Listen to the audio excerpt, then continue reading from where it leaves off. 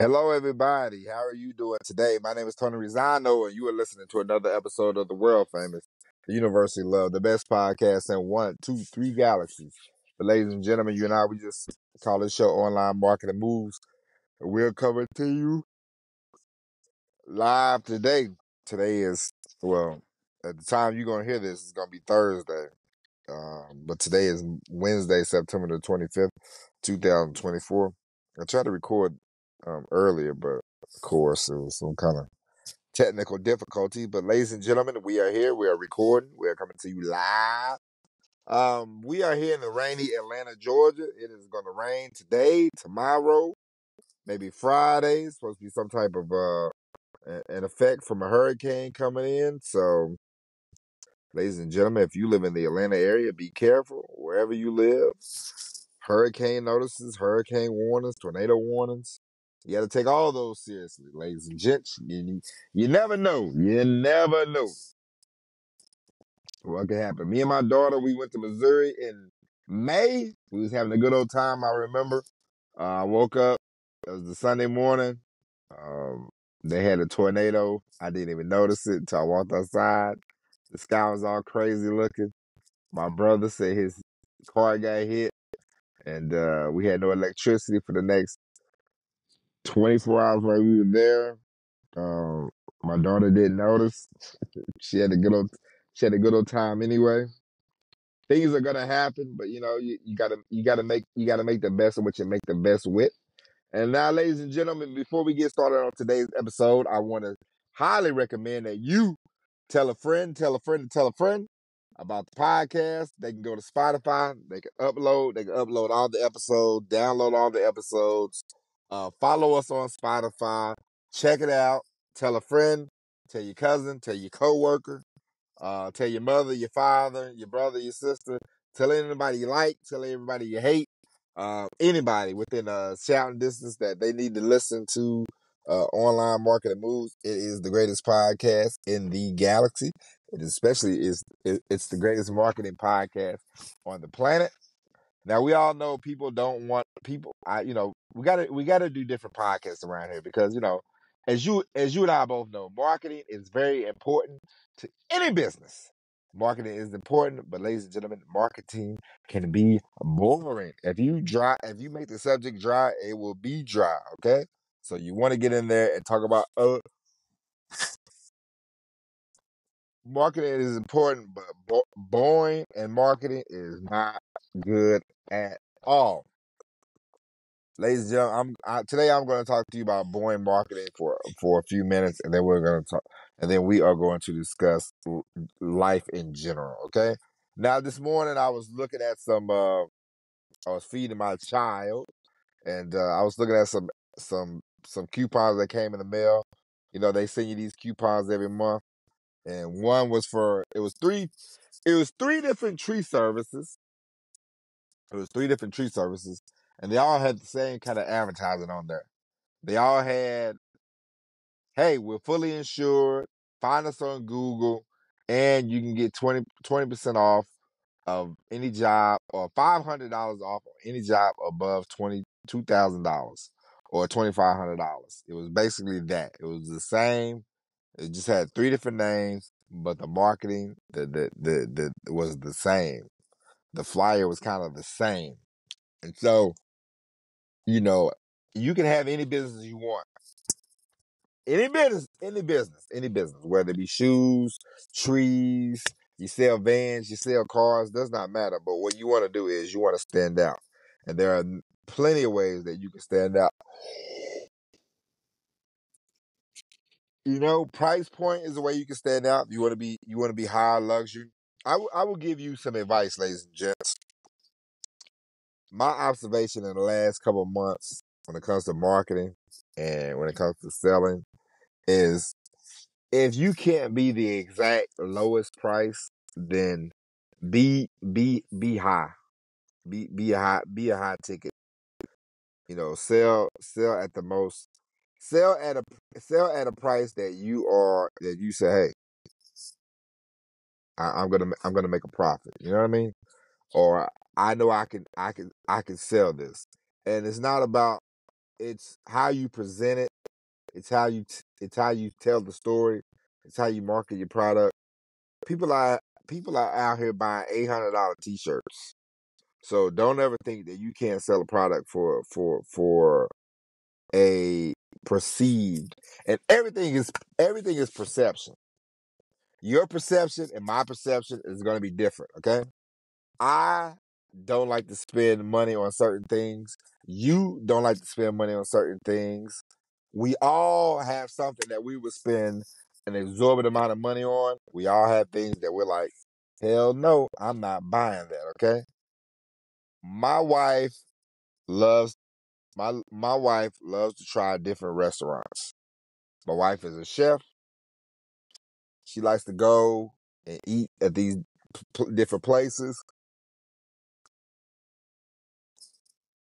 I personally can go to Golden Corral and spend $20 on dinner and be perfectly fine with that. My wife, she want, if it's she doesn't bat. I took out to eat a couple weeks ago. We went to this place. It was a nice place. They had nice atmosphere, all that good stuff.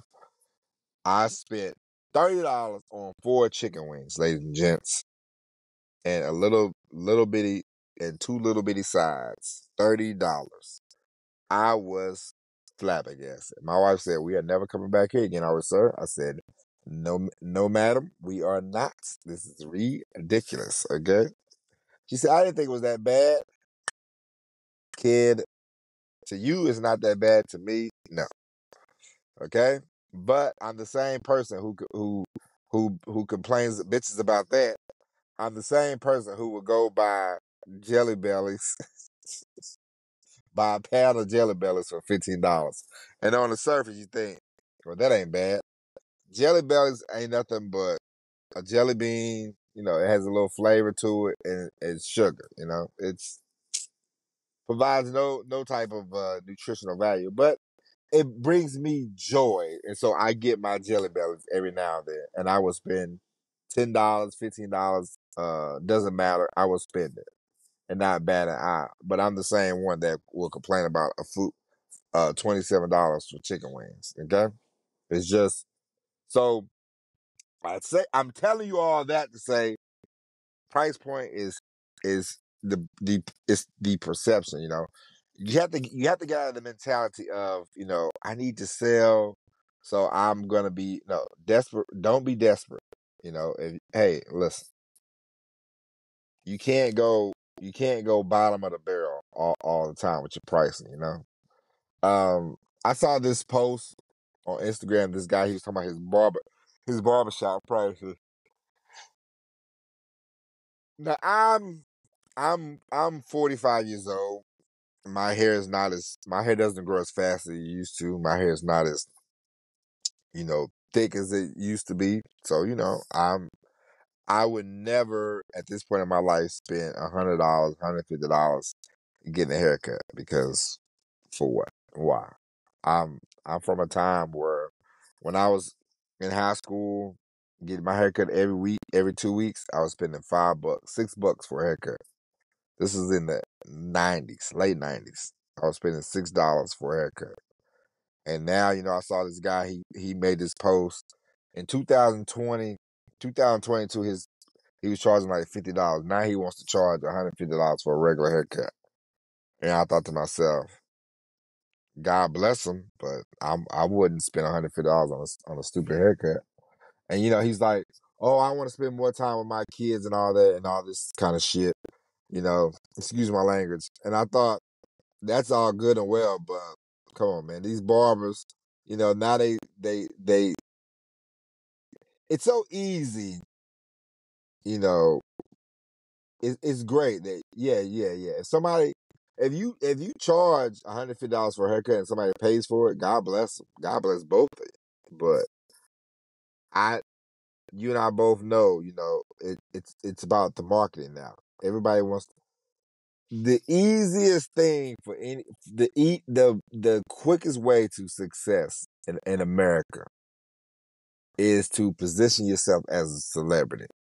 And the reason why, to have a social media following is because, and this is just an honest to God fact. People are whores for celebrities, okay? People are whores for celebrities. So if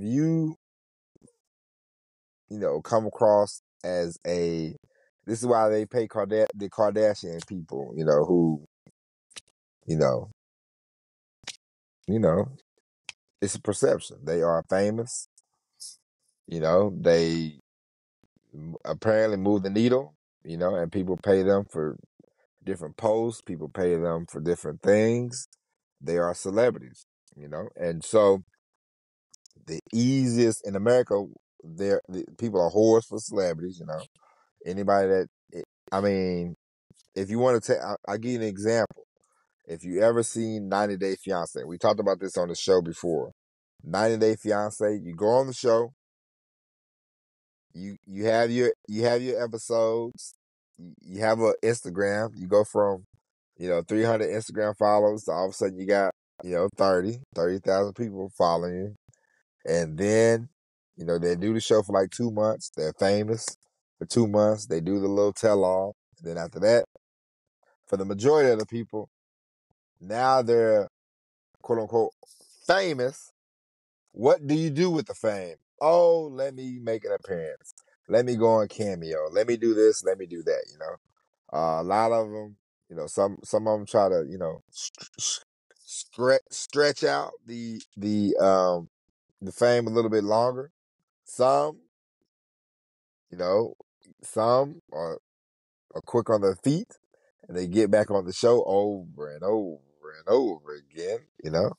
And so it's just the whoredom of celebrity makes everybody want to say, "Hey, the best way," and it's sad to say that, but you can have the greatest product in the world, and if you and I have a product, and my product is average, and the product you have is excellent, but let's say I have a celebrity endorsing my product, and you don't have anybody endorsing your product. I have a greater chance of selling a lot more of this average product than you do your great product. Why? Because especially here in America, I don't know about anywhere else, but here in America, we are whores for celebrity. So, it's just the way it is. And so I saw the barber, he was talking, and I was like, obviously he's trying to be like a, celebrity barber or a social media, a content creator, with thousands of followers, people it's and like I told you, price is what you make out of it. So if somebody wants to spend $150, on a haircut, then God bless them. But so for you, I'm telling you all that to say, for you, do not be ashamed of what you charge. Do not be ashamed of the money of the price you put on there, because people are buying $800 shirts. People all the time they say, "Oh, Biden inflation, Bidenomics, everything's high." People are buying $800 shoes. People are buying $800 shirts. People are going out buying Hellcats, Scat Packs, whatever. you know, People are spending money. Okay, people have money. Money is not. You know, it took me a long time to realize. Money is there are plenty of ways for you to make money. There are plenty of ways for you to get money. That it's not gonna run out if you figure a way to start create if you create something and start making money from it. It's not gonna affect your neighbor. Your neighbor's not gonna go broke because all of a sudden now you've become a millionaire. Okay, it doesn't work that way. Money is what you can create, what you can make, what can you do for money? It's not about, oh, if I do this, the next person will be broke, the next person will be poor. No, it's what are you doing to make the money? And so if you have a product, you have a service, and you want to charge more, then you do just that. Remember, you might have less sales, but the bigger you would get more money in your pocket. Okay, and there are ways around it, and you want to make sure if you are gonna sell high ticket items, you make sure you find people who are willing to spend money with you. Do not waste your time, and this is marketing malpractice. But do not try to throw a blanket on everybody. Everybody's not your customer. And that's okay. And that's just the way it is. Everybody's not your customer. Okay? Everybody's not your customer. Okay? And so you figure that out. As I told you, uh, I gave you the analogy about me and my wife. A couple weeks ago, I was working and I stopped. It was getting late and I had to eat. And I stopped at Golden Corral, and I thought about my wife when I was in there, and there's a certain demographic, that if I said, "Hey, I got a product for $999," I thought to myself, while I was sitting there eating, I'm just looking around, would I sell my $999 product to these people? Probably. This would probably not be my audience, okay, for my $999 product. 99% of the people in there would say in one succinct voice, I ain't got that type of money, okay?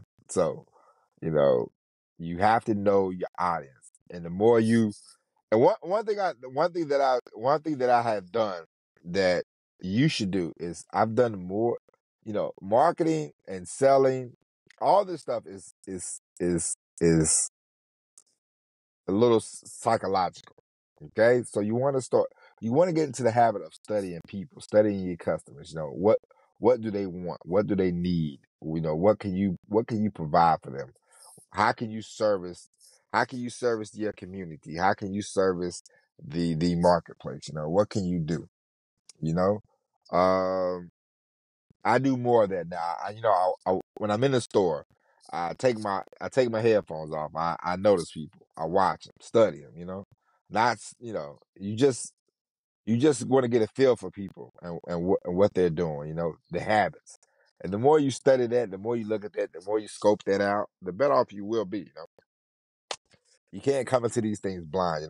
If you want to sell a weight loss product if you're trying to sell a weight loss product to women, you want to know what they think about the bodies. You want to know what you want to know how they feel, what they think. You want to study, study, study. The more you study, the better off you will be.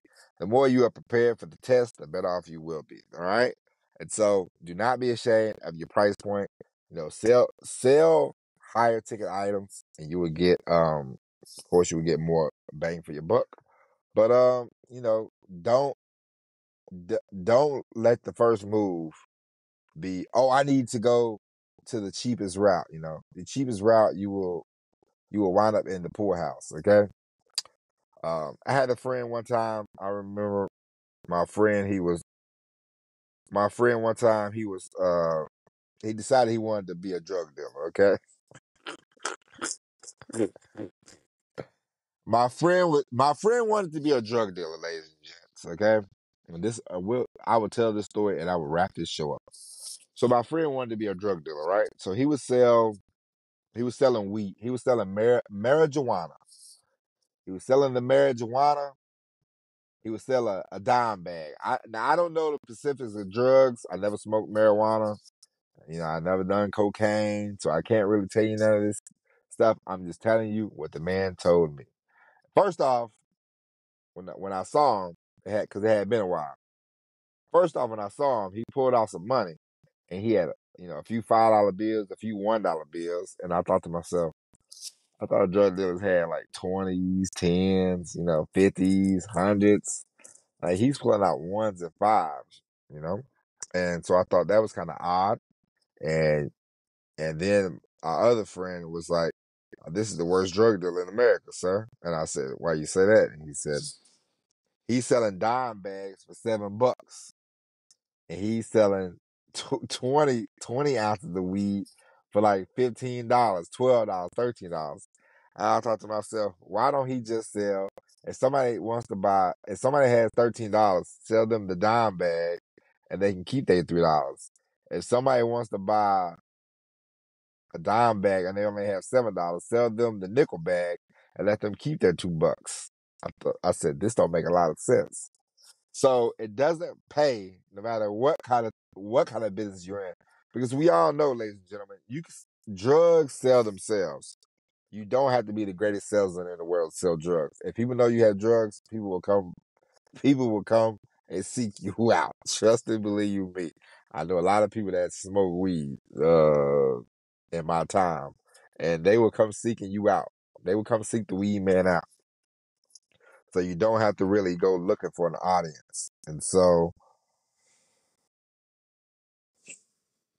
yeah, I say all that to say, don't always aim for the lowest price point. It's a kiss of death, okay?